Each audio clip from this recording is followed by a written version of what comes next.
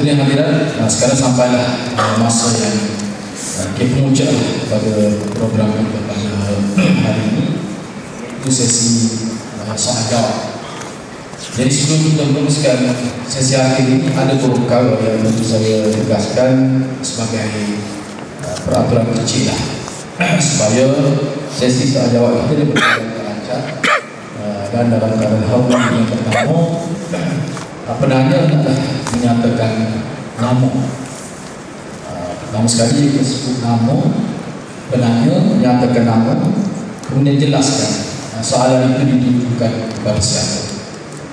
Dan soalan itu ringkas dan padat, tidak digunakan ceramah. Untuk soalan sahaja, untuk ceramah insyaAllah kita akan sesi yang lain insyaAllah. Untuk sekadar untuk bertanya soalan. Jadi sebarang soalan yang bentuk provokasi ataupun yang tidak berkaitan dengan saya fikir tidak sesuai, kita akan simpan untuk saya jawab di luar. Mungkin ada seterusnya. Jadi saya harap hadirat cuba memahamilah hasrat program ini dilaksanakan dengan maksud untuk supaya kita buang kekeliruan dan salah faham, jangan kita menimbulkan salah faham yang lain. Jadi untuk meneruskan program ini, mau saya bagi soalan negara pihak muslimah pun ramai menampak hadir. Jadi kita berlaku ini 2 untuk lelaki, 1 untuk perempuan. Belakang ini 2 bahagian untuk lelaki, pada 2 soalan lelaki kita bagi untuk perempuan. Dan soalan ini saya berkumpul 6 soalan. Kemudian kita akan bagi peluang kepada panelis kita untuk menjawab soalan. Jadi dipersilakan. Saya mula untuk serta sambutan lelaki terlebih dahulu. Dipersilakan. Assalamualaikum warahmatullahi wabarakatuh. Soalan umum. Nama saya Maulana kita ni. Sila. Kalaulah wabi sesat ataupun kafir,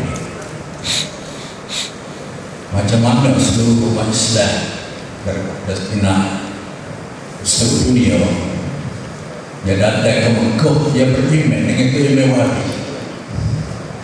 Dia memang jahat Wahabi kan. Kalau sesat itu pandangan Maulana tadi kita sesat. Itu saja soalan apa? Terima kasih. Untuk soalan lagi, soalan kedua dipersilakan.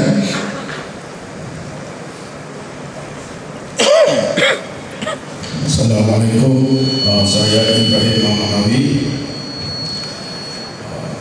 Ustaz nak tanya juga 2-3 bulan ni kita pindah raya. Jadi nampak sekarang ni kebaikan menteri-menteri kita daripada orang Islam dan mereka kajian hadis. Masa raya ada janji banyak dikejut kamu. Lepas tu masa ni dia tak buat janji dia. Jadi orang ahli ini bagi pengajian dia aman habis. Dan mana cara dia kaedah pengajian kamu dia? Adakah dia bermain atau kaedah pengajian dalam politik?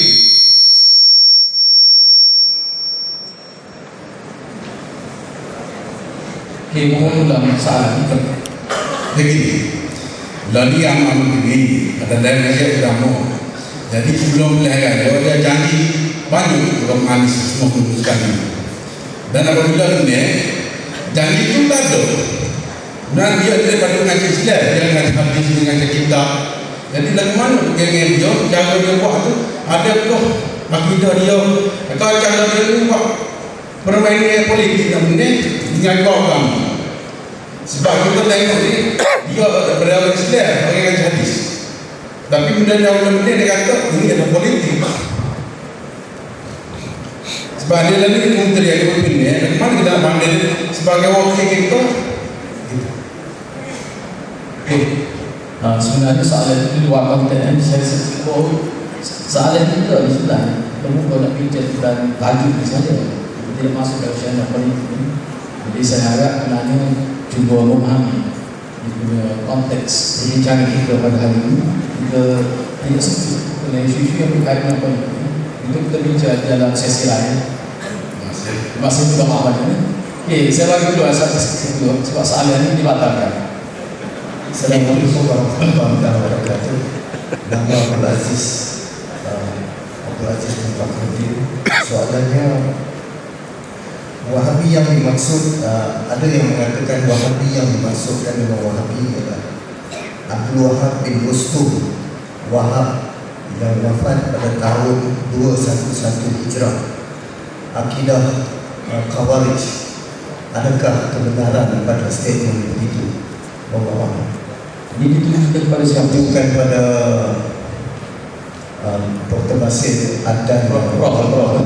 Dr. Basir. Okey. Untuk Muslimah, kalau ada Muslimah yang bersalah, silakan.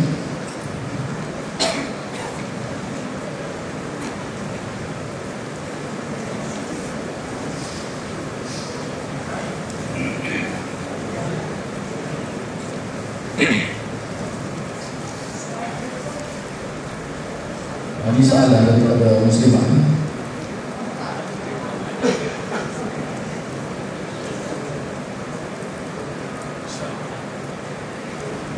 Assalamualaikum Tuan Haji. Saya nak tanya, anak saya tu bila semaya subuh tak baca kunut. Nenek saya, tok saya, mak saya, nenek saya semua baca kunut. Saya sendiri baca kunut. Jadi adakah itu masuk golongan Wahabi? Sebab keluarga kata itu Wahabi. Nama apa kan? Maksud nama Pohmaimun binti Said Hadi. Pohmaimun. Ya. Lepas itu nombor dua saya nak tanya, bila ada kematian ada keluarga, ada satu dua tiga orang kata, oh tak payah mati, tahlil kan? Oh tak payah mati. Oh baca Quran sendiri. Tapi bila ada keluarga sibuk lakon dulu, tak ada baca Quran. Jadi kita bangun dulu tahfiz baca Quran. Buat mati. Lagu mana? Kerajaan pandangan kerajaan. Soalan itu juga kepada siapa? Pada yang Khadijah. Saya mengenai mana? Oke, terima kasih.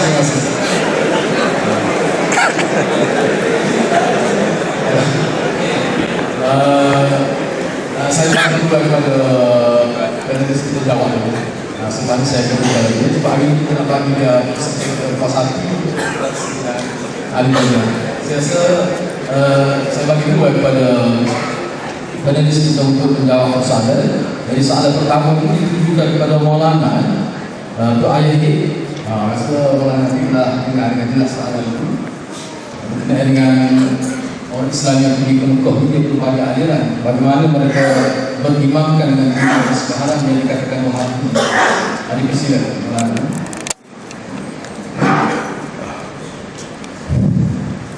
Terima kasih kepada saudara saya yang bertanya. Kawan saya sebenarnya belajar bersama dulu. Dia pun kenal juga Maulana Manzur Nu'mani, dan kenal juga penterjemah dia tu Nur Alam Al-Amini tu. Saya rasa dia kenal. Tapi wallahu alam dia belajar, dia sempat ke tidak, wallahu alam. Sebab saya sempat belajar dengan Maulana Nur Alam itu. Belajar bukan apa, belajar mengarang bahasa Arab. Sebab dia memang hebat bahasa Arab. Memang dia terjemah ke bahasa Arab tu dia Nur Alam Al-Amini. Itulah masalahnya. Kalau kita ikut cara pendapat kita ni, pendekatan kita ni, tak akan timbul apa-apa masalah apabila kita pergi ke Mekah. Tapi kalau mengikut aliran, kebanyakan orang yang menganggap Wahabi itu sesat atau tidak Islam, nescaya jadi susah. Sebab apa? Macam kata tadi, macam mana nak ikut orang yang sesat? Macam mana nak ikut orang yang tidak Islam? Tapi kalau kita fikirlah, tanya hati kita, tergamak kalau kita nak kata Orang yang duduk baca Quran, jadi tu imam, siapa menangis-nangis apa gitu, kita selalu dengar kan bulan puasa kan. Tidak Islam ke macam ni Sesak ke macam ni? Cuba tanya diri sendiri, hati kecil kita. Saya rasa kalau ada sedikit iman dan kita ragu tentang keimanan dia, kita kata dia ada Islam, tak tergamuk nak kata, tak tergamuk. Tetapi oleh kerana sikap permusuhan dan benci yang ditanam sebegitu rupa sekian lama, sanggup orang-orang kita ni yang pergi ke sana sembahyang suku. Siapa rugi? Sembahyang berjemaah begitu besar pahalanya di Masjidil Haram, di Masjid Nabi, semata-mata kerana imam dia tu pada anggapan kita Wahabi, kita tak mahu bersembahyang dengan dia. Siapa rugi? Kita bersembahyang di hotel, kononnya Wahabi. Ada setengah-setengah tu sampai kalau sembahyang dia qadha. Bahkan ada malangnya, satu ketika dahulu, tahun lepas kalau tak silap saya, ada seorang mufti kerana terlalu benci sangat dengan Wahabi ni, dia kata kalau mati di sana bawa balik mari sini, jangan tandam sana. Pelik semua. Orang nak mati sana,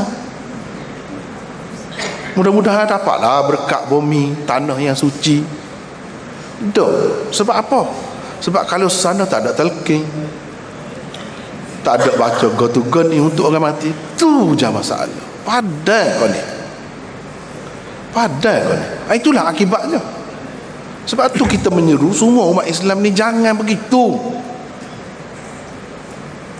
Walaupun kita kata dia berbeza sedikit, tak jadi masalah, tak sama dengan kita, tapi dia tetap adik-beradik kita, dia tetap Islam, dia tetap ahli sunnah. Tapi dah orang-orang yang pihak bertanggungjawab ni juga duduk bawa penceramah-penceramah yang pergi ramai sana sini, duduk kata Wahabi ni sama sesat dengan Syiah. Dah kalau Syiah sesat, Wahabi pun sesat. Yang macam ni dibenarkan bercakap dalam masyarakat. Pihak berkuasa agama yang bagi kebenaran, bagi tauliah, bagi kebenaran, panggil orang-orang macam ni. Macam mana tak keliru masyarakat? Macam mana tak keliru? Kalau macam tu, lama-lama orang tak segi Mekah boleh jadi. Tak segi Mekah. Bahkan dia kata kalau orang sadar ngaji Quran jangan dengar. Allah, sampai begitu sekali kebenciannya. Itulah akibatnya. Sebab itu kita kata jangan timbulkan permusuhan ni, nyalakan api permusuhan ni. Tak ada faedah semuanya untuk umat. Merugikan umat ada. Sebab itu kalau ikut cara kita, selesai masalah, tak ada apa-apa. Kita dapat pahala pergi ke sana. Ada soalan tadi, ya kunut tidak kunut, tak jadi masalah. Kita ikut imam. Kalau imam tu baca kunut, kita baca, tak ada jadi masalah. Dan kalau imam tu tak baca kunut, kita tak payah baca. Dan benda baca kunut dan sebagainya, dia bukan berkait dengan Wahabi. Wahabi tu benda baru. Cuba kita tengok tarikh tadi. Muhammad bin Abdul Wahab baru bila? Islam ni lama dah, mazhab ni lama dah. Mazhab Hanafi tak pernah baca kunut. Wahabi kok lagu tu tak salah semayang kalau lagu tu. Mazhab Imam Ahmad tak baca kunut. Bukan seorang dua, berjuta tu pengikut tu, berjuta. Kita nak kata tak usah semayang, nampak sangat jahil tu. Sebab itulah kita kena bersikap terbuka, belajarlah hadis, barulah kita tahu mazhab macam-macam, barulah senang hati. Ni kat duduk bergelabah kata, susah hati, supaya tak kena. Warga tu tak kena, pergi Mekah dah pun tak sembahyang lagi sekali ngatuk imam. Itulah jadi. Itulah sebagai respons ya, tambahan lah kepada yang disebutkan oleh sahabat saya tadi. Wallahu a'lam. Terima kasih atas jawapan yang disampaikan. Soalan yang kedua, ini daripada Abdul Aziz, ditunjukkan kepada Profesor Basri berkenaan dengan Abdul Wahab bin Ustul. ada penting awal ini penjelasan Prof. Basri sebagai ringkas kebenaran sebab biasanya lah kekeliruan dia dikatakan Wahabi yang apakah Muhammad yang Wahab ataupun Muhammad yang mana dia wafat pada 21 Hijrah. Minta pandangan dan ulasan daripada Prof. Basri. Silakan. Bismillahirrahmanirrahim. Alhamdulillah rabbil alamin wassalatu wassalamu ala asyrafil anbiya'i wal mursalin wa ala alihi washabbihi ajma'in. Di panel pertama Maulana Asri, tuan-tuan puan-puan dirahmati Allah sekalian. Tentang kewujudan satu puak ataupun satu firqah yang dinamakan sebagai Wahabiyah yang diketuai oleh Abdullah yang diketuai oleh Muhammad bin Abdurrahman bin Muhammad bin Abdurrahman ni, kalau kita baca yang betul di sini, dia kata kalau ikut nota dia bukan Muhammad bin Abdul Wahab sebenarnya, tapi merujuk kepada tokoh lain yang wujud di utara Afrika. Nama dia Abdul Wahab bin Abdurrahman bin Rustum. Abdul Wahab bin Abdurrahman bin Rustum lahir pada tahun 211 seperti disebut oleh pengurusi tadi. Inilah dia satu kelompok Khawarij yang telah difatwakan oleh Al-Lakhmi, seorang ulama besar daripada Cordoba, Spanyol masa itu, kelompok ini sebagai kelompok sesat. Dan kelompok ini ada disebut di dalam kitab Al-Mu'rid, kitab Al-Mu'rid yang dikarang oleh seorang tokoh ulama di Afrika Utara. Dan dia telah menyebut di sini beberapa akidah yang dipegang oleh golongan Wahabi ini. Di antara golongan Wahabiyah ini, di antaranya ialah mereka mengkafirkan umat Islam, mereka menghalalkan, menentang pemerintah, selain daripada mereka menganggap orang yang berdosa besar itu sebagai kafir. Itu merupakan rentetan daripada ataupun sambungan daripada kepercayaan golongan Khawarij zaman dulu sampai sekarang. Ini memang satu kelompok, dan kelompok ini memang membunuh orang Islam, menghalalkan darah Islam, dan telah difatwakan sebagai sesat.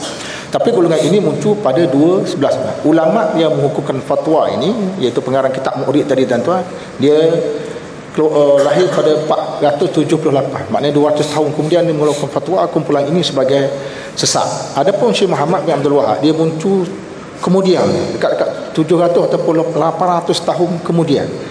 Dan fatwa itu tidak kena. Jadi pernah berlaku satu perbahasan antara seorang tokoh ulama Saudi, setingkat saya lah, dengan tokoh ulama Maghribi. Apabila dia tahu yang datang itu adalah ulama daripada Saudi, dia kata Saudi membawa satu pahaman daripada Wahabi, dan Wahabi adalah sarjana sesat.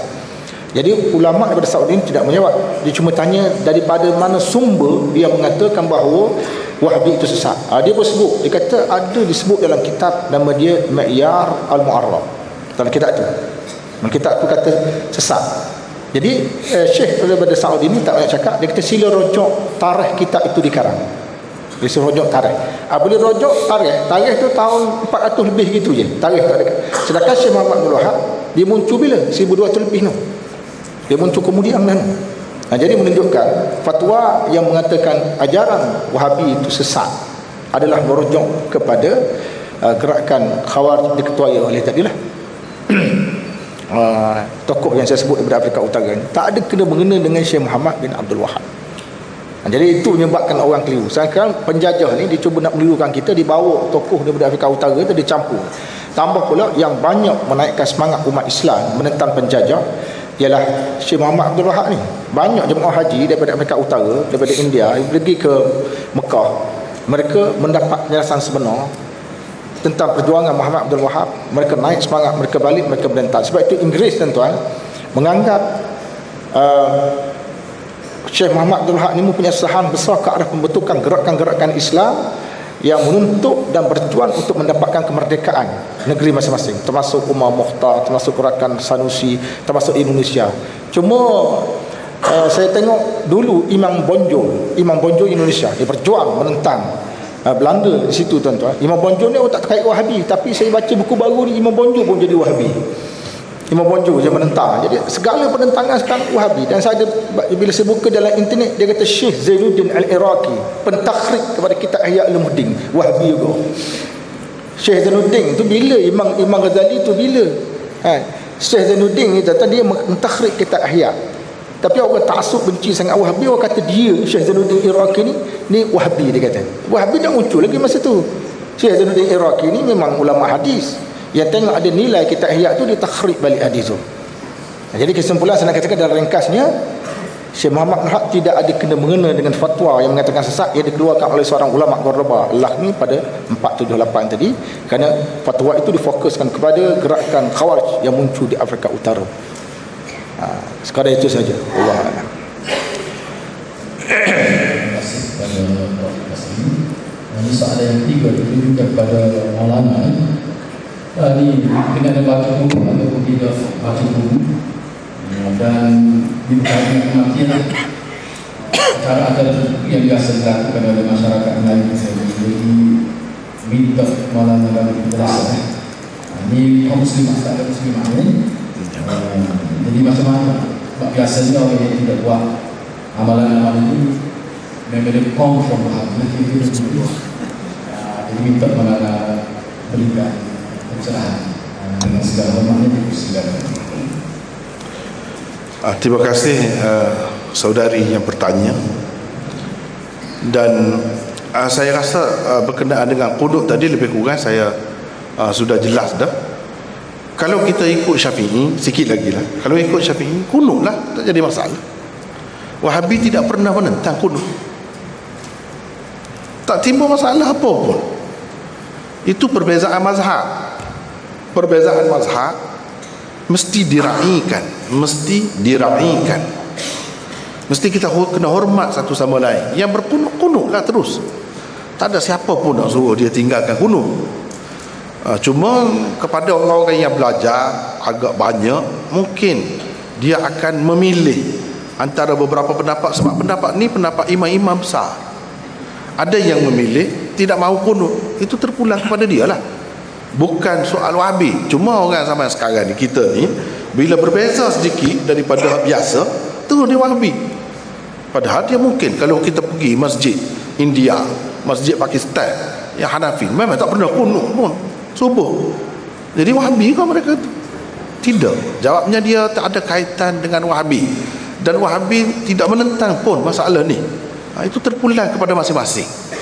Kalau kita ikut mazhab Syafi'i, kita berpuas hati dengan cara dia, ya kita boleh kunut terus. Dan memang itu ada dibincangkan di dalam kitab-kitab oleh ulama-ulama kita.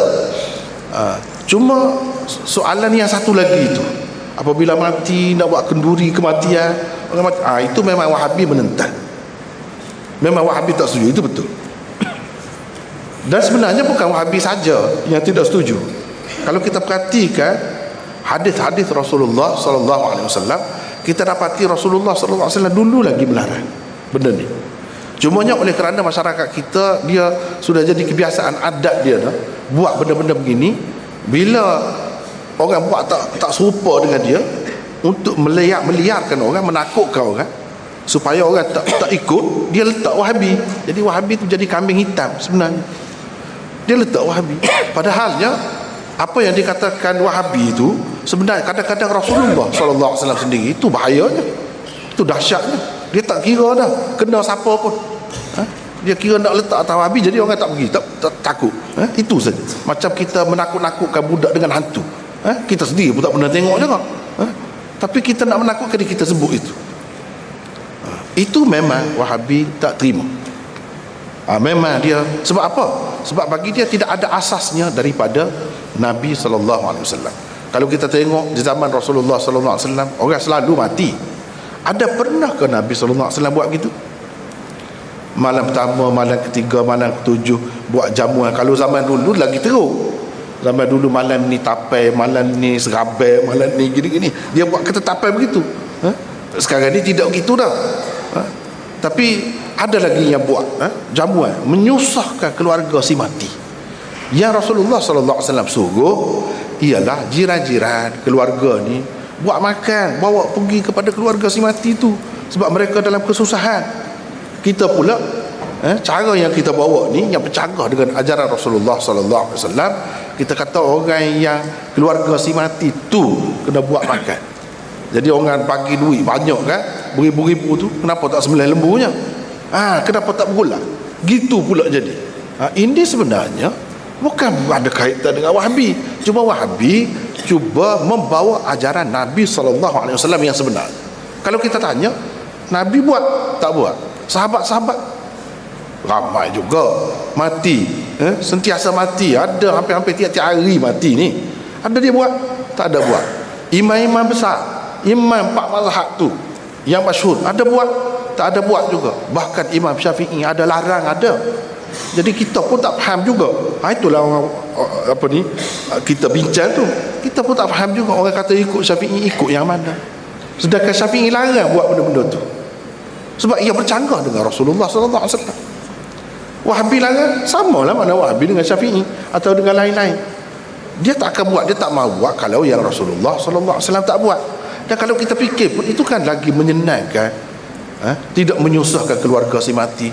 Dahlah dia kematian, kita pula duit yang orang bagi sikit sebanyak tu, kita nak buat jamuan untuk orang-orang yang mari, orang yang sudah kenyang tu. Buat apa?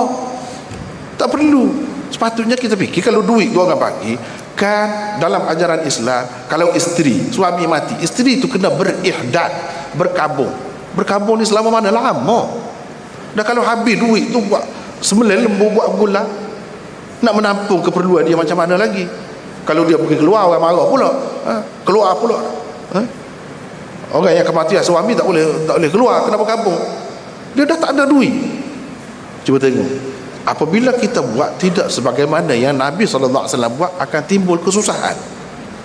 Itu yang Wahabi tentang. Dan yang dia tentang itu betul. Dia ada alasan bagi orang yang nak buat.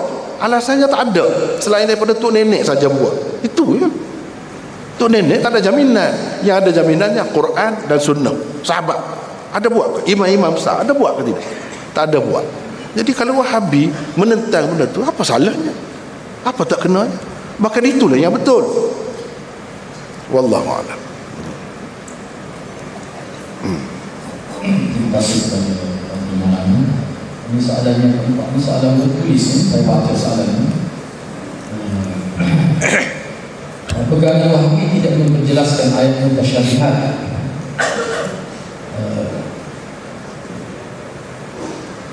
Selari dengan akidah yang benar, seorang Wahabi yaitu Syekh Ibn Baz mengatakan zat Allah itu di atas arsy. Ia bercanggah dengan pegangan Al-Quran yang menyatakan Allah itu tidak sama dengan makhluk. Jika Allah di atas arsy, maka itu bermakna Allah lemah sebab memerlukan tempat, sedang Allah itu tidak berhajat pada tempat. Ini soalan ini kepada Prof. Bas ini. Ini soalan sebuah. Persilakan. Saya bagi masuk. Apa dia 1 minit saja. Kalau terlalu jasa sangat salah. Okey, terima kasih. Sebenarnya secara tidak langsung dalam ceramah yang saya sebut tadi, kita dah sebut kan konsep tu. Jawab sebenarnya secara tidak langsung hak saya nyampaikan dalam ceramah sudah pun menjawab. Dari segi Allah Taala tidak bertempat, kita dah masukkan. Kita kata ulama-ulama salah menyebut Allah Taala berada di atas arasy dalam konteks ayat an amintum man fis sama. Cuba kita tengok tafsir ayat tu. Ayat tu dah tafsirkan makna al-ulu fis sama, tinggi di atas langit. Bukan makna Allah Ta'ala tu duduk atas langit macam kita duduk. Jangan kita faham Allah Ta'ala tu macam kita. Bila bercakap tentang zat Allah Ta'ala, macam cakap tentang sifat dia. Cakap tentang sifat Allah Ta'ala, macam zat dia. Zat tak sama dengan makhluk, sifat tak sama dengan makhluk. Jadi dia kata duduk dalam konteks ayat. Kita tak boleh menafikan ayat itu. Tapi bila kita bincang tu, kita tidak sama dengan makhluk. Sebab itu Ibn Fawrah, saya sebut tadi Ibn Fawrah, orang tanya dia, boleh tak kita bantah orang yang kata Allah bak di dalam? Dia kata tak boleh bantah sebab benda tu ada di dalam nar. Orang tu bercakap dalam konteks nar. Jangan konteks ke dalam kepala kita. Allah tak. Betul lah tadi soalan tadi. Bila tanya gitu maka timbul isu. Duduk tarah mesti dia perlukan tempat. Ada tempat menampung dia. Jangan kita faham gitu tuan-tuan. Sebab kalau kita faham gitu, sifat 20 pun boleh faham gitu. Allah Taala wujud. Dan wujud mesti ada benda yang nak duduk tu, nak duduk kat mana kewujudan dia tu. Jadi soalan tu jadi panjang perbahasannya. Wujud sesuai dengan dia sudah. Arah sesuai dengan dia sebab ada nas yang kata begitu, nas yang kata. Jadi kita bercakap tentang konteks nas. Kalau kita nak tolak pahaman ni dan kita kata dia sebagai sesat datang, maka terkena kepada Syekh Abdul Qadir Jalani saya sebut dah tadi. Syekh Abdul Qadir Jalani cuba rujuk dalam kitab Al-Ghunyah dia kata wa huwa fis sama' 'alal 'arsy istawa. Maknanya Syekh Abdul Qadir kata Tuhan tu berada di atas langit dan beristiwa atas arah. Sebab dia baca teks amin tu mang fis sama' tu dia baca teks tu. Jadi dalam konteks ayat tak salah kalau kita bercakap begitu.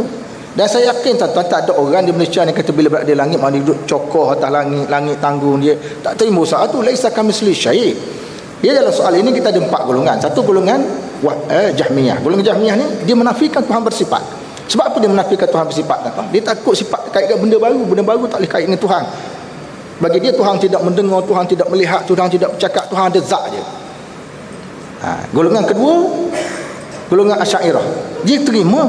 Tentu saya tengok salah faham Malaysia ni. Asy'ariyah di Malaysia ni dia salah faham. Dia tak mahu terima terus ayat tu. Apa-apa hal kena terima dulu. Ayat mutasyabihat kena terima. Allah Taala ada tangan, Allah Taala buat di langit. Ayat tu kena terima. Cuma dalam pentafsirannya, dalam pemahamannya Asy'ariyah kata perlu ditakwil. Hak tu konsep tu dia terima. Cuma dia takwil untuk mengelakkan salah faham. Kemudian yang ketiga golongan salah kata kita terima seadanya seperti yang disebutkan kita tak takwil. Golongan keempat Mujassimah. Mujassimah ni tuan-tuan dia kata terus duduk macam aku duduk. Baru Mujassimah. Kalau sekadar duduk sesuai layak bagi seperti yang dia kata dalam teks, apa kebenaran, tak ada apa-apa. Inilah dia salah. Cuba tuan-tuan tengok yang dipegang oleh Imam Bukhari, dipegang oleh Sufyan bin Uyainah, tokoh-tokoh besar, Ishaq bin Rahawah, Al-Imam Syafi'i, hak sebelum-sebelum tu semua gini sama belaka. Sama saja. Jadi jangan kita faham dalam konteks itu. Sebab itulah saya tertarik tuan-tuan, dalam buku saya tadi saya dah sebut di sini ada dalam buku ni. Cuma buku ni saya cetak untuk keperluan saya sendiri, tidak dijual di pasaran. Kalau saya sebut ni krisis akidah antara Asy'ariyah dengan ahli hadis ni. Pengarang ni kata, mengikut pengarang ni, sebab saya tahzik kitab dia kata kalau kita tanya macam mana kalau kita kata Allah tak ada langit, tanya soalan macam mana dia ada di langit, soalan tanya tu tak boleh tak betul dah. Sebab Tuhan menjelaskan dia berada di sana. Dia tak ayat cara dia berada macam mana, dia ayat. Dia tak beritahu, tanya tu tak betul. Sebab apabila dia tanya dia tak menggambarkan kepala kita dia fikir Tuhan tu macam makhluk. Oh dia jadi macam ni. Kenapa? Sebab itu Imam Haramain dia tulis dalam risalah dia. Imam Haramain tulis. Dia kata kenapa kita fikir begitu, sifat Tuhan dia fikir macam makhluk. Kalau gitu beratlah. Jadi kalau sifat 20 tadi tu Tuhan wujud. Maka kalau nak banyak soal, dah wujud, dia ada tangan lah, dia ada kaki, dia ada keng lah. Dia boleh makan, dia boleh minum, akan timbul persoalan macam tu. Tapi kita cantas awal, dia wujud tapi tak sama dengan makhluk, layak baginya. Selesai. Kalau sifat 20 boleh selesai macam tu tuan-tuan, yang mutasyabihat di atas pun boleh selesai macam tu juga. Itu je. Tapi oleh kerana saya nampak dua isu tuan-tuan. Pertama, dia ta'assub. Yang kita nak semua golongan yang ada dalam Islam sekarang memerangi sifat ta'assub akidah ni, ta'assub kepada pendekatan akidah, ta'assub pada fiqh. Ini nombor satu sebenarnya. Yang kedua ekstremis. Macam ISIS tuan-tuan, dia guna Wahabi ni, ISIS dia guna pahaman tu juga. Asal nak tolak ISIS macam di Malaysia tu, berbagai ceramah dibuat tentang bahaya ISIS, sembelih orang, bunuh orang, tak salah orang bunuh. Itu betul sungguh. Tapi kenapa dia kaitkan Syekh Muhammad Abdul Wahab? Tak ada kaitan dengan dia. Macam saya kata tadi lah, Rashid Maidin, salah seorang pemimpin komunis, tak ada orang kait. Dia ini Asy'ariyah mengeluarkan tokoh terkenal komunis. Mana ada? Orang Melayu kita tak kata pun gitu. Sebab tu bila sebut konsep pertama, formula pergi pada formula asal. Memahami zat Tuhan sama dengan memahami sifat Tuhan. Kalau zat Tuhan laisa kamitslihi syai', sifat Tuhan pun laisa kamitslihi syai'. Kalau tuan-tuan nak tengok ulasan selanjut, dihurai di sini memang cantik, tapi buku ni memang terbatas, tidak dijual. Kalau jual, ni sebutir je tinggal. Wallahu a'lam.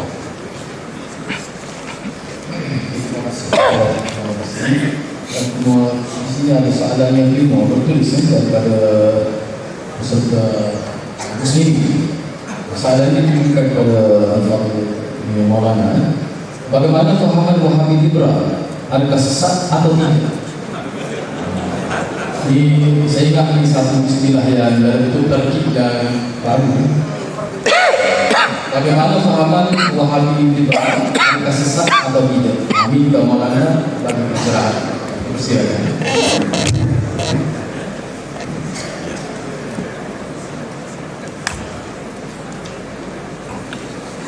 Ya, terima kasih kepada saudara yang bertanya. Wahabi liberal ni sebenarnya dua yang bertentangan tu. Biasanya orang anggap Wahabi ni ekstrim kan. Dia tak mau dengar pendapat orang lain. Dia kira dia ya. Biasanya orang faham begitu kan. Kalau liberal ni dia tidak lagu tu. Jadi dua sifat yang bertentangan ni macam mana ada? Tapi kadang-kadang orang ni kadang nak memburuk-burukkan seseorang tu, dia letaklah asalkan benda tak molek, letak belakang atas dia. Gitu je saya nampak. Sebenarnya liberal itu sangat luas kalau nak bincang apa makna liberal tu. Kalau liberal dalam arti kata yang sebenarnya seperti orang duduk bincang tu liberal dengan arti ikut lah, nak pakai undang-undang Islam, tak pakai undang-undang Islam, nak riba atau tidak riba, siapa dia kata boleh macam tu? Tak ada siapa kata orang Islam kata boleh.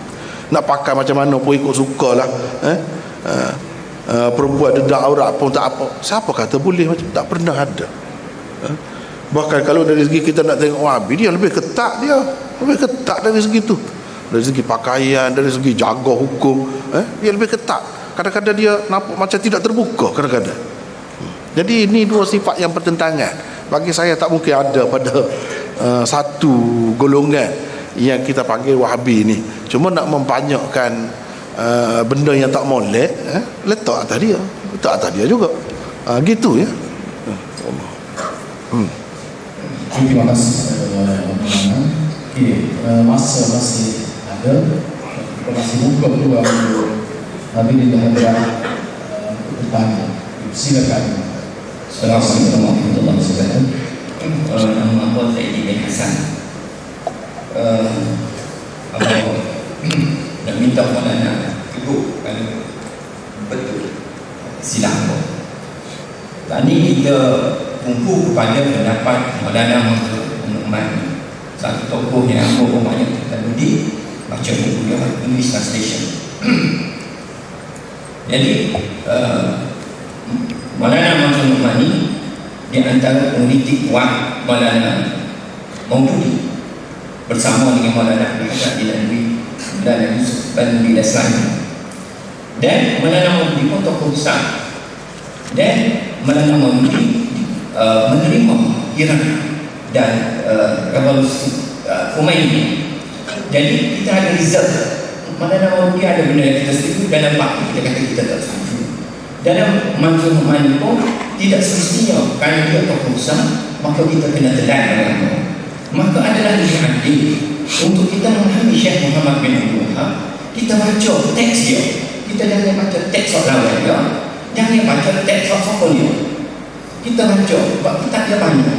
Misalnya kita nak baca sejarah dia, dia punya itu kerja, kita baca dan baca Najib, kita baca Umar Majid. Kan kita nak baca akidah dia, betul pada ulu dia ada takfir, kita baca akidah, kita tauhid, kita baca Kasyaful Syubhat, kita baca salah Sa'id. Buat tahap ini aku belajar daripada Maulana asli waktu Maulana aku boleh nak lupakan, insyaAllah kita minta Tuhan boleh waktu lawan Syekh Abdul. Kita kembali, kita tak tengok orang sokong dia, kita tak tengok orang lawan, kita kembali kepada teks-teks dia. Nombor satu. Nombor dua, Amor yang di Saudi dan sampai sekarang di antara kawan-kawan baik Amor adalah daripada Najd, dan Amor sangat berbangga Amor boleh pakai penghari dengan bin Bas, dan Amor boleh jalan sekali dengan Syekh Muhammad bin Uthaymin di Mina, sebab antara anak-anak dia tu sains-sains dia Amor.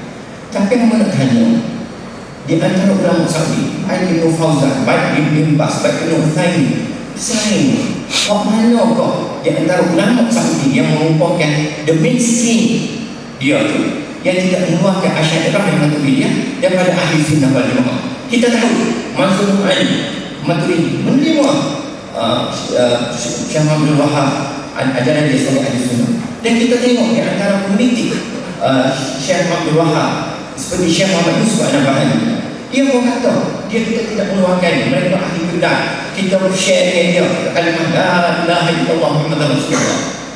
Tapi hak tu cakap orang kita, kadang mana tanya mak tak cukup lagi ulama Saudi yang daripada kibar ulama dia tu yang tidak mengeluarkan Asy'ariyah dan Maturidi daripada ahli sunnah.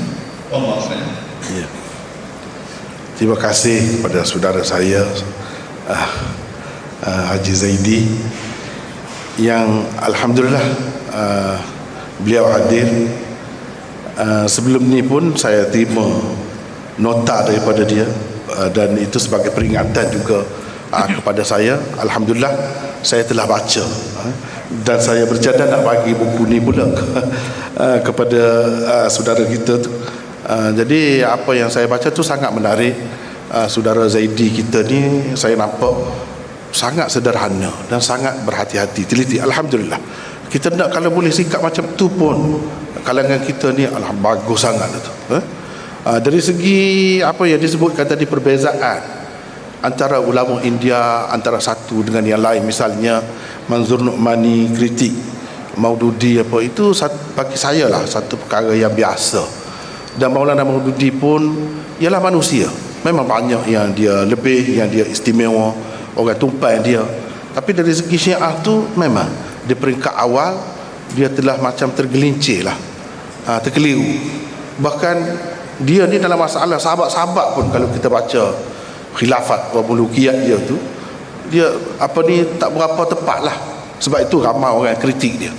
Tetapi kalau kita tengok orang Jamaat Islami sekarang ni, orang-orang dia, Maududi sendiri pun, yang kita tengok tulisan terakhir dia, macam dia tarik balik, dia tidak sokong Syiah.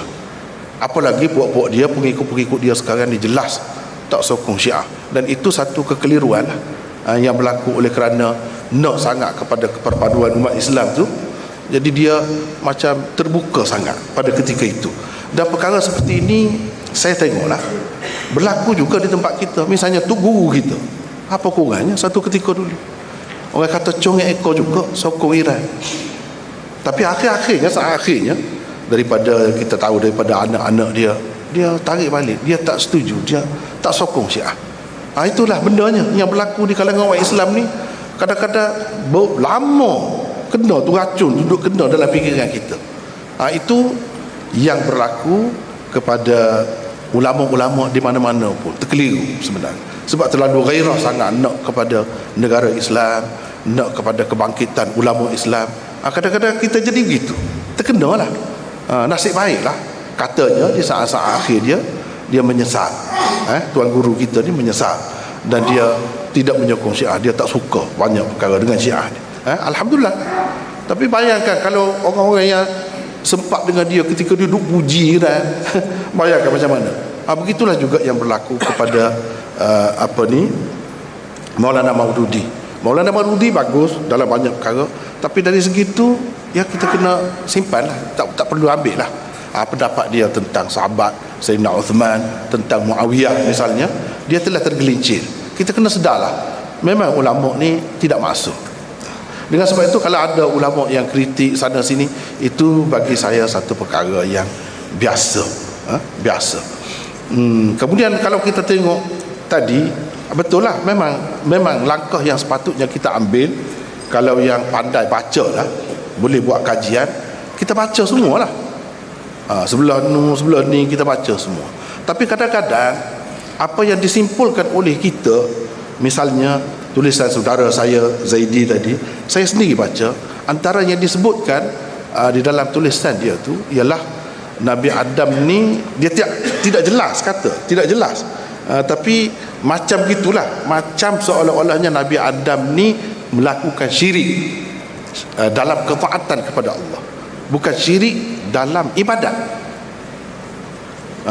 Dan itu dalam kitab Tauhid misalnya, bagi saya itu satu pemahaman yang tak tepat. Sebab dia hanya petik, walaupun yang dia petik tu bagi saya pun tak setuju. Betul dah seperti yang saudara Zaidi sebut itu, hadis itu maudhu'. Tiba-tiba dia sebut dengan sanad yang sahih. Tapi sebenarnya Syekh Muhammad bin Abdul Wahab misalnya, satu contoh, itu contoh kalau kita nak ambil sebagai contoh, dia bukan sebut pendapat dia hanya menukilkan riwayat yang dinukilkan oleh Ibnu Abi Hatim. Di dalam tafsir dia, Ibnu Abi Hatim nukilkan Qatadah yang kata, bukan Muhammad bin Abdul Wahab kata, dia nukilkan Qatadah kata. Jadi benda-benda begitu kita kena teliti lah. Mungkin walaupun dia yang tulis, tapi saya rasa ramai lagi di antara kita ni keliru dengan benda-benda begitu. Sebenarnya dia hanya menukilkan. Kalau kita nak kira nukil begitu, banyak sangatlah dalam kitab misalnya Jami'ul Bayan Imam Tabari, ataupun dalam Jalalain sendiri pun ada sebut benda-benda begitu. Apakah kita nak menganggap bila dia nukil tu makna dia memang berpahaman begitu? Saya rasa kita tak boleh buat kesimpulan begitu.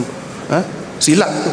Kadang-kadang seseorang nukil dalam kitab dia, misalnya Imam Tirmizi nukilkan satu hadis yang dhaif, bahkan maudhu'. Apakah kita akan menganggap Imam Tirmizi terima apa yang terkandung dalam hadis tu? Itu satu kesimpulan yang tak tepat. Banyak perkara bila kita baca, kadang-kadang kita salah tafsir. Tuan asalnya tidak maksud begitu, tapi kita pergi anggap begitu, kita menyimpulkan sendiri. Bagi saya itu benda-benda macam itulah apabila kita buat kajian kena teliti. Jangan sampai orang menganggap Muhammad bin Abdul Wahab memang berfahaman Nabi Adam ni syirik, telah melakukan syirik dalam ketaatan, bukan syirik dalam ibadat. Padahal dia tak kata, dia hanya nukil saja. Cuma mungkinlah kalau kesilapan dia kata dengan sanad yang sahih. Mungkin itulah. Dia hanya berdasarkan zahir perawi-perawi itu. Setengah-setengah ulama yang tidak mengambil kira dari segi zahir sahaja, tapi mengambil kira dari segi matan dia semua, dia ambil kira, maka dia hukumkan hadis itu maudhu'. Jadi itu yang lebih tepat bagi saya. Kalau kita nak kata itu kesilapan dia, ya kesilapan manusia. Sebagai manusia ada mana-mana pun begitu. Tapi nak kata, nak buat kesimpulan dia percaya Nabi Adam tu syirik dalam ketaatan, saya rasa tak tepat kalau nak ambil daripada teks itu. Wallahu a'lam. Ini soalan yang kedua, saudara Zaidi mengumpulkan dua soalan. Soalan yang kedua, antara ulama Saudi yang dia ekstrim, tapi ada juga di kalangan ulama Saudi yang ekstrim, contohnya disebut Ibn Baz, Salih Fauzan, yang telah mengeluarkan Sunnah, yang mengeluarkan Asy'ariyah daripada daerah Ahlussunnah wal Jamaah. Dan saudara Zaidi telah menyebutkan bahawa sejauh pembaca dia tidak pernah Amal yang betul tak ada kata ekstrim, apa kata mainstream. Ada kan ulama. Dah itu nanti pasal. Silap Jadi ada tidak yang ulama yang terkenal di Saudi yang tidak mengeluarkan Asy'ariyah daripada Ahlussunnah wal Jamaah. Karena mengikut yang saya faham dari saat saudara Zaidi, setakat ini baca tidak ada. Betul kan soalan? Okey, mohon bicara daripada Ya. Dari segi satu perkara lagi yang banyak saya tengok kesilapan berlaku di kalangan orang kita apabila dia baca kitab-kitab, misalnya satu aliran, satu golongan, dia sebut sesat, ni Asy'ariyah sesat misalnya, ataupun Asy'ariyah kata ini puak-puak Wahabi sesat, puak-puak Salafiyah sesat misalnya. Apabila dia sebut begitu, kadang-kadang dia tidak teliti dari segi perkataan sesat itu. Perkataan sesat ini saya sudah jelaskan sebenarnya dalam nota perbincangan tentang usul dan furu' akidah dahulu. Saya sudah bincang dah. Antara kekeliruan yang berlaku ialah penggunaan perkataan sesat. Disangka oleh setengah-setengah orang sesat itu dengan makna teruklah. Padahal apabila berbincang dalam masalah firaq ni, kadang-kadang dia guna sesat itu dalam makna yang lain. Sesat dengan makna silap.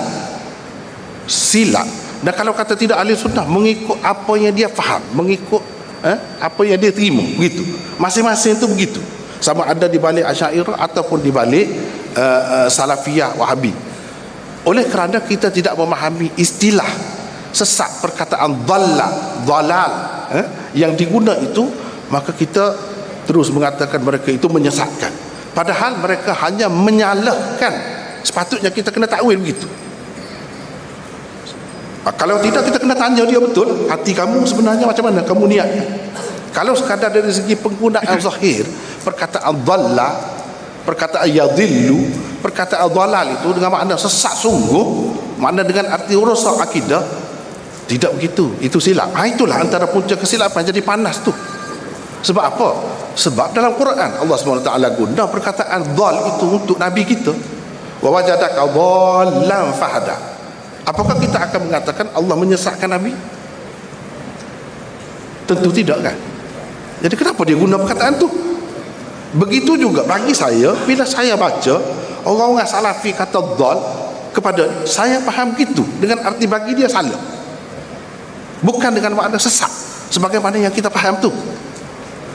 Kalau kita tak faham ini susah. Apa ni, innaka lafi dhalalikal qadim.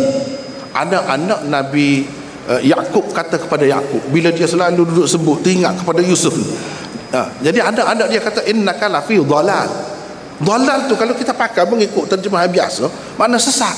Apakah anak-anak Nabi Yakub kata ayah dia ni sesat? Kalau kata ayah dia sesat, rosak akidah dia. Dia tidak Islam dah. Tapi dia masih lagi dianggap Islam oleh ayah dia dan oleh semua umat. Ini menunjukkan perkataan dhalal, dhalla dan sebagainya yang digunakan oleh ulama-ulama tu kita mesti kena teliti. Jangan terus kita ambil yang teruk tu. Yang kemuncak dia ada makna yang rendah dan ada makna yang tinggi. Bagi saya faham kalau benda-benda macam ni kita kena ambil makna yang rendah, iaitu silap, salah. Silap mengikut teori dia. Yang ni kata silap mengikut teori dia. Yang mana kesilapan itu hanya berkisar di sekitar furu', bukan usul akidah. Kalau ada ulama-ulama Saudi kata begitu, bagi saya kita kena takwil macam tu. Sebagaimana kalau ulama Asy'ariyah betul, yang Mu'tabar kata begitu, kita kena takwil juga. Baru jadi damai. Kalau tidak jadi panas. Buktinya dalam Quran sendiri guna perkataan itu bukan dengan makna sesat yang kita faham. Wallahu a'lam. Terima kasih kepada Fadil. Tambah sikit. Ini ada dua soalan tertulis ini. Itu soalan yang silakan. Kalau boleh saya sambung sikit lah. Kalau tuan-tuan rojok dalam Islam way ataupun Tariqul Islam memang ada lah. Jawapan dikemukakan oleh Syekh Utsaimin. Ditanya oleh sahabat dia, apakah golongan Asy'ariyah Maturidiyah ni termasuk dalam golongan Ahli Sunnah wal Jamaah ataupun tidak, fi bab asma'illah wa sifat, dalam bab asma'illah dan sifat dan juga sifat-sifat Tuhan. Jadi di sini dia menjawab pada sahabat dia, sahabat yang tanya Syekh Utsaimin ni. Syekh Utsaimin menjawab, dia kata, zakartum anna al-asy'ariyyah wal maturidiyyah min ahli sunnah wal jamaah fi bayan asma'illah wa sifatih, wa dhalika bina' ala taksimikum madhhab ahli sunnah wal jamaah ila mazhabain. Dia kata anda menyebut golongan Asy'ari dan Maturidi termasuk golongan ahli sunnah wal jamaah. Sahabat dia kata golongan Asy'ari dan Maturidi itu termasuk golongan ahli sunnah wal jamaah dalam bab asma' wa sifat. Tetapi sebenarnya ditolak oleh Syekh Utsaimin. Dalam bab ini dia kata golongan Asy'ariyah dia tidak termasuk. Artinya tuan-tuan majlis sekalian, bagi Syekh Utsaimin dia kata hak betul ni dia guna lalu kaedah dia kata. Hak betul satu, sama ada dia salaf ataupun khalaf. Dia guna dalam bab ni. Jadi kita faham, saya dapat simpulkan di sini, bagi Syekh Utsaimin tuan-tuan, dia menolak golongan Asy'ari ini sebagai termasuk dalam golongan ahli sunnah wal jamaah dalam bab sifat. Makna ahli sunnah wal jamaah yang aliran hadis. Artinya dalam bab ini golongan Asy'ariyah dan Maturidiyah tidak termasuk golongan ahli sunnah wal jamaah bab aliran hadis. Seperti juga Zabidi pengarang kitab pensyarah kitab Ihya Ulumuddin, dia sebut sekiranya disebut ahli sunnah wal jamaah maka maksudnya ialah Asy'ariyah dan Maturidiyah sahaja. Ya, dari segi manhaj yang dipergunakan. Sebab beliau ini adalah pengikut kepada Maturidi dan juga Asy'ariyah, sebab itu disebut begitu. Jadi dalam konteks ini, apakah boleh kita mentafsirkan bahawa Zabidi ini telah menolak ataupun mengkafirkan? Saya tak nampak itu dah. Maknanya dari segi dasar besar, apakah beliau menolak golongan Asy'ariyah dan juga Maturidiyah ini termasuk Ahlussunnah wal Jamaah? Tidak, dalam beberapa bab. Dan bila bercakap tentang beberapa bab, kalau kita rujuk dalam buku krisis ini, memang peringkat awal krisis dulu pun gitu dah. Ulama hadis telah mengeluarkan golongan Asy'ariyah, terutama Abu Hasan Asy'ari telah dikeluarkan daripada Ahli Sunnah wal Jamaah dalam bab af'al ikhtiyariyah, dalam bab perbuatan Tuhan. Tuhan buat tak buat, Tuhan kendak tak kendak. Dari dulu dah berlaku begitu. Tapi dalam bab itu saja. Tapi masa itu penyatuan antara dua golongan ini tidak begitu sengit dan masih kekal dalam dasar Ahli Sunnah wal Jamaah. Dalam bab-bab tertentu memang ada. Wallahu a'lam. Terima kasih kepada Rasmi. Di sini ada dua soalan. Soalan tertulis. Soalan yang ketujuh ditujukan kepada Profesor Rasmi, iaitu minta perhatian slide 53 dalam kertas kerja tadi. Apa kaitan Syiah dengan istilah Wahabi? Apa kaitan Syiah dengan istilah Wahabi? Dalam slide yang ke-53 dalam kertas itu dipersilakan.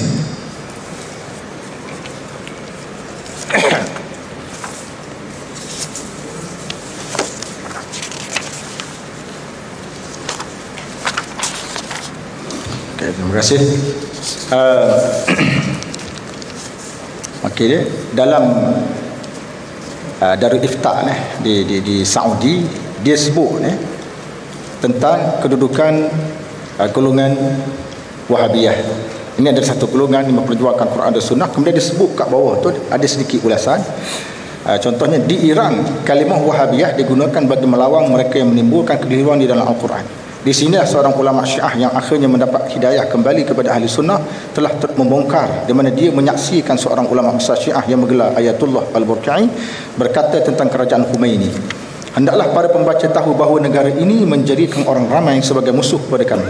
Kerana setiap mereka yang hendak berbicara tentang akidah yang mendapati Al-Quran, maka undang-undang Khomeini akan menggelarkan sebagai Wahabi, sedangkan tiada di dalam dunia satu mazhab pun bernama Wahabi. Akan tetapi hanya untuk menjadikan manusia menjauhi orang seperti itu semata-mata. Benar mereka itu mengikuti akidah yang dibawa oleh Muhammad bin Abdul Wahab, akan tetapi mereka tidaklah datang kepada mazhab yang baru. Mereka hanyalah pandangan-pandangan Ibn Taymiyah, Ibn Qayyim, dan mereka berdua ini tidaklah melakukan satu kecuali membenteras khurafat dan bid'ah dan menyeru manusia kembali kepada Quran. Jadi ini teks yang saya baca. Ada kebetulan Dr. Muhammad Al-Qarni, dia pernah datang ke Uniza, dan dalam majlis itu memang saya jumpa dia menyebut hubungan antara bagaimana saya nak cerita begini. Di Iran, orang-orang yang mencuba memperjuangkan Al-Quran dan juga As-Sunnah, jumlah Quran dan Sunnah, dan bercanggah dengan dasar kerajaan di sana, maka mereka dengan mudah dilabelkan sebagai Wahabi. Dengan mudah label Wahabi. Tidak cukup dengan itu, mereka akan ditangkap dan sebagainya akan dibunuh. Mengenai pandangan masyarakat, setengah masyarakat Iran terhadap istilah Wahabi ini sangat ketawa, sangat berbahaya berbanding yang berlaku di negara kita. Dan bila kita bercakap dengan Syekh Muhammad Al-Qarni, begitu perakuan yang telah dibuat. Maknanya bagi Iran, tuan-tuan, sebab itulah golongan yang paling kuat melabelkan orang yang tak sadar dengan mereka sebagai Wahabi, tak Wahabi ini, sebenarnya di antaranya adalah golongan Syiah. Golongan Syiah paling kuat sekali melabelkan orang sebagai Wahabi ataupun tidak Wahabi. Itu yang saya maksudkan sebagai dalam slide saya. Artinya hubungan yang kontra. Kerana salah satu di antara golongan yang paling mampu berdepan dengan Syiah, tuan-tuan, kalau ikut Muhammad Qurni dalam majlis tu, dia kata golongan Syiah lah. Sehingga kan Syekh Qardawi mengakui bahawa selama ini dia salah tanggap terhadap ulama-ulama di Saudi. Golongan Wahabi inilah paling mampu berdepan golongan Syiah. Dia kata saya tersilap selama ini, saya salah pandang. Kalau bab anti kepada Syiah ni, dia kena rujuk kepada kepahaman kepada Syekh Muhammad Abdul Wahab dan mereka sealiran. Mereka lebih pakar dalam berdepan dengan golongan Syiah. Itu saya maksudkan dengan slide itu. Jadi Iran memang banyak kena bunuh, tuan. Semata-mata dikaitkan dengan Wahabi. Bahkan silap saya di Uzbekistan, di Kazakhstan, beribu yang dipenjara. Pelajar-pelajar di penjara yang belajar di Timur Tengah, mereka balik, mereka ditangkap dan mereka dituduh sebagai ekstremis dan mereka dikaitkan pula dengan Wahabi. Berpuluh ribu dipenjarakan. Tuan-tuan boleh tengok dalam buku saya ni, Tarekat Sufi, antara yang berjuang dengan yang menjadi dalang. Boleh tengok dalam situ apa yang berlaku pada sebahagian pelajar-pelajar di Kazakhstan, terutama sekali bila dia balik, dia ditangkap dan sebagainya. Itu saja jawapan saya. Wallahu a'lam. Terima kasih kepada Sri. Hadirin dan hadirat, saya dapat signal daripada pihak penganut bahawa program kita ini berakhir pukul 2. Jadi tidak sempat dan darah akhir itu mata dan sebagainya. Cuma kita dah selesaikan soalan yang terakhir yang ditulis, soalan yang kelak sebab soalan ini. Sebab kita juga satu kita maafkannya pada mungkin ada lagi kalangan peserta yang ingin berlanggan soalan. Rasanya tidak sempat sebab kita sudah menghampiri jam 2. Baik, soalan terakhir, soalan tertulis ini, soalan ini ditujukan kepada Dr. Basri. Setahu saya, antara alasan masyarakat kita menolak Wahabi adalah kerana Wahabi seperti terlalu sibuk memperkenalkan mazhab-mazhab lain atau aliran yang tidak bermazhab. Sedangkan masyarakat Malaysia sudah sekian lama selesa berpegang dan amalkan mazhab Syafi'i. Sebab itulah mereka kata Wahabi memecah belahkan masyarakat. Ini satu lontaran yang biasa didengar dalam masyarakat. Jadi apa ini?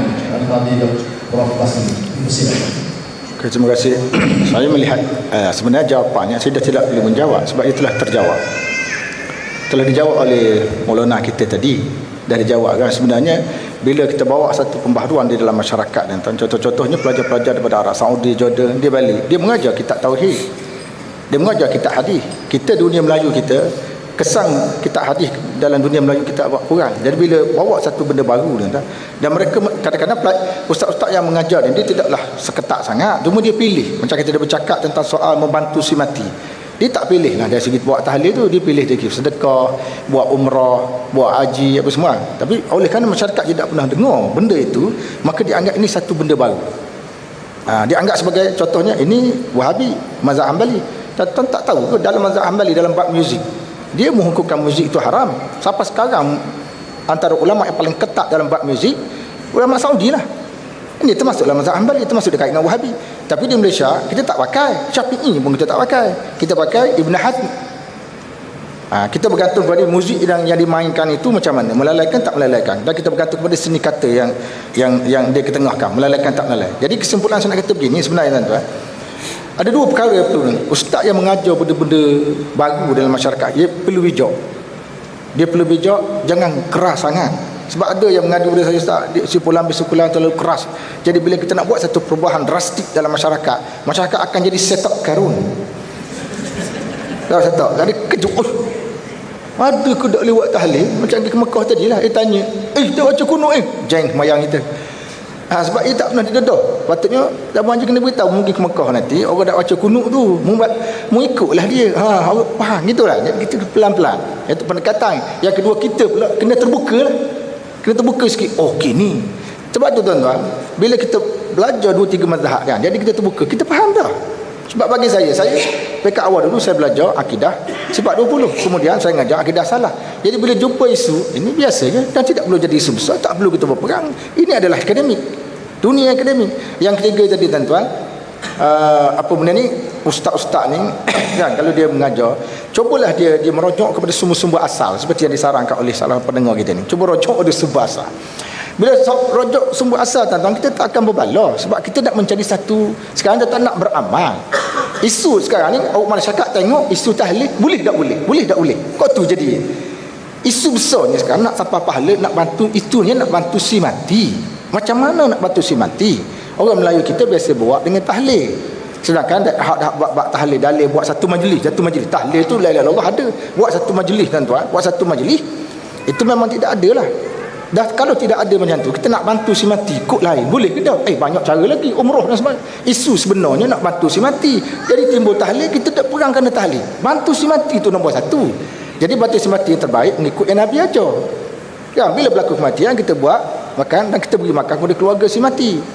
Begitu keluarga si mati boleh bersedekah, tapi tidak ada satu majlis. Tidak ada satu majlis tu, dia boleh buat dalam bentuk lain. Bila buat satu majlis ini jadi masalah. Syekh Muhammad Az-Zuhaili, pengarang kitab Muktamar, ditulis dalam kitab dia perbuatan mengadakan majlis buat tahlil kenduri itu, dia kata bid'ah makruhah. Saya pun hantar mesej ke dia. Saya hantar mesej ke Muhammad Zuhaili ni. Sebab dia mari Nuzah, saya kenal dia. Hantar mesej. Saya kata tuang, saya tulis mesej dia dan saya sebut tag dia. Tuang kata ini adalah bid'ah makruhah. Macam mana dengan amalan masyarakat Melayu? Saya sebut dia mula dengan doa dan sebagainya. Dia kata kalau nak berdoa, kalau dalam bentuk nak berdoa untuk si mati itu tidak ada masalah, sepakat ulama boleh. Tapi dalam bentuk dibuat dalam satu majlis, dia tak setuju. Dalam satu majlis dia tak setuju. Ini Syekh Muhammad Zali, kita tahu mesej dia tak setuju, dia kata. Sebab benda itu tidak ada, sebab dia sendiri. Saya kata dia kata tuang, dalam kitab tuang ini tuang kata bid'ah makruhah. Tuang sedar tak dengan tulisan tuang ini? Orang Melayu kita pegang sekarang tak nak buat tahlil sebab kitab tuang lah. Saya kata kitab tuang lah. Dia kata memang benda tu tidak ada. Benda itu memang tidak ada. Saya tulis itu memang betul. Tidak kata Muhammad Zuhaili, Syekh Muhammad Zuhaili yang tulis. Syekh Daud Petani dalam kitab Sabil Muhtadin pun, dalam kitab Iqna' pun, dalam kitab Ainatul Talibin, tak ada belaka tuan-tuan. Jadi kita kembali pada asal. Isu nak buat tahlil itu isu apa? Bantu si mati. Nak bantu si mati terbatas pada itu saja je. Banyak cara. Buat umrah dia. Ya, yang peliknya tuan-tuan, si mati dulu masa dia hidup dia tak mayang pun. Masa dia hidup dia tak mayang. Kita orang hidup susah-susah nak bantu dia, susah nak bantu dia. Dia relax je. Patut bantulah dia sendiri sebelum dia mati. Ingat tuan-tuan, kehidupan yang kematian yang baik bermula dengan kehidupan yang baik. Itu asas dia. Kematian yang baik akan bermula dari kehidupan yang baik. Dan kalau dia hidup tak baik, takkanlah kita nak kata dia mati baik kan? Takkan tuan-tuan kata lepas ini naga dadah tu mati, kita berkata oh bagus, husnul khatimah, naga dadah bagus. Ada? Tak ada, kita pernah jumpa seorang lepas rampok polis tembak dia, oh bagusnya mati kena tembak polis lepas rampok bank negara. Allah, bagus sungguh. Ada tuan-tuan dengar? Tak ada. Jadi kematian baik boleh hidup. Jadi nak tolong si mati ikut sunnah. Keren. Banyak lagi amalan sunnah yang boleh kita buat membantu si mati. Itu isu asalnya. Tapi perbahasan jadi tahlil tak tahlil, tahlil tak tahlil. Lepas tu nak pergi ke dalam lagi nak bahas tentang dalil. Jadi kita tutup dah masyarakat. Sepatutnya tuan-tuan, kita ni ke arah negara maju. Kita ada berapa tahun ke? 20 kita. Ya, negara kita maknanya terbuka, masyarakat yang terbuka. Tuan-tuan pergi ke Jepun, tengok orang Islam dia. Dia agama Islam tapi tak ada mazhab. Jepun boleh terima, tak ada mazhab. Dia tak ada mazhab. Boleh je. Tak ada mazhab dia. Boleh. Kita kecihannya. Kalau sebut tak ada mazhab ni Jepun boleh terima. Sebab dia kata keterbukaan kita dalam mengajar masyarakat. Perubahan mengajar tuan-tuan kena buka sikit, slow. Jangan kasar sangat, kita buka slow macam sahabat saya Dr. Zul Bakri. Dia menggunakan perkataan slow tapi makan dalam. Dia slow je, makan dalam. Kelak dia stay. Ya, dia pun ngundur slow. Kita ustaz apa kena bijak juga dalam menerapkan sunnah di dalam masyarakat. Kalau tidak tuan-tuan, hak buruk nama ni mah. Saya terkejut juga tuan-tuan sebab nama saya tersenarai dengan kumpulan Wahabi ni. Saya kata nama aku ada juga. Kesannya apa tuan-tuan? Walaupun Maulana sebut tadi kesan tuduh orang. Kesan saya universiti. Nama saya naik pada takbiran universiti. Dia nyasak. Siapa kamu jadi Wahabi? Akhirnya dia buat kesimpulan. Beliau ni dianggap sebagai Wahabi kerana menjadi ahli majlis fatwa Perlis. Takkan jadi ahli majlis fatwa aku jadi Wahabi? Geng kering ni. Nampak cara kesimpulan. Tuan-tuan tengok senarai Brother Wong Wahabi. Kawan tu masuk Islam dah lah baru, berjaya mengislamkan ramai orang. Jasa dia besar dah walaupun dia baru masuk Islam. Kita tak boleh mengislamkan orang. Timbul-timbul Wahabi. Marahlah kawan tu. Ada agenda besar. Saya tengok senarai tuan-tuan, dia ada agenda besar. Sekarang ni orang tua saya semua, orang tua saya termasuk adik saya tu. Warna abang Wahabi ni kenapa Wahabi? Wahak ni kenapa? Pak darah aku kata. Orang terkesan dia sangat besar. Kesan dia sangat besar. Siapa melibatkan takbiran universiti, kita nak ceramah pun orang kata ni, ada orang hantar ke dalam Facebook saya, tak nak berguru. Saya kata saya tak pernah suruh tuan guru dengan saya. Tak nak guru dah. Aku tak mau ambil dah ilmu. Siapa gitu tuan-tuan? Bila orang cok kita sebagai Wahabi, dia kata tak ada masalah, tak nak guru, tak ada masalah, aku pun relax. Kan bila mau jemput aku banyak kerja, terpaksa rojak sana rojak sini, bila mudak jemput comel aku leh tanah ubi. Ngepok darah Pak Wahab jadilah contohnya. Besar kata dah. Wallahu a'lam. Terima kasih dengan jawapan yang telah dikemukakan itu, maka berakhirlah sebenarnya sesi soal-jawab kita dan kita sudah berada pada jam 2. Jadi saya mohon maaf kepada sidang sembilan kalau tidak dapat melanjutkan lagi sesi soal-jawab. Sebenarnya kita dah 40 minit lebih kita berada dalam sesi terakhir ini. Saya rasa sudah lagi. Kalau ada soalan-soalan mungkin boleh dibuat perbincangan di luar dewan. Jadi mudah-mudahan dengan selesai sesi dialog soal-jawab ini, maka selesai program kita pada pagi ini sehingga bertengah hari. Mudah-mudahan Allah SWT memberkati kita semua. Dan alhamdulillah saya mengucapkan terima kasih kepada kita Fadil Maulana dan Muhammad Rasidi, dan juga kepada bertamu hormat kepada semua alhamdulillah hadirat muslim-muslimat kami sudah hadir, dan program kita pada hari ini sangat tertib dan murni. Alhamdulillah, kita syukur kepada Allah. Aku qouli hadza wa astaghfirullah wa atubu ilaih. Assalamualaikum warahmatullahi wabarakatuh.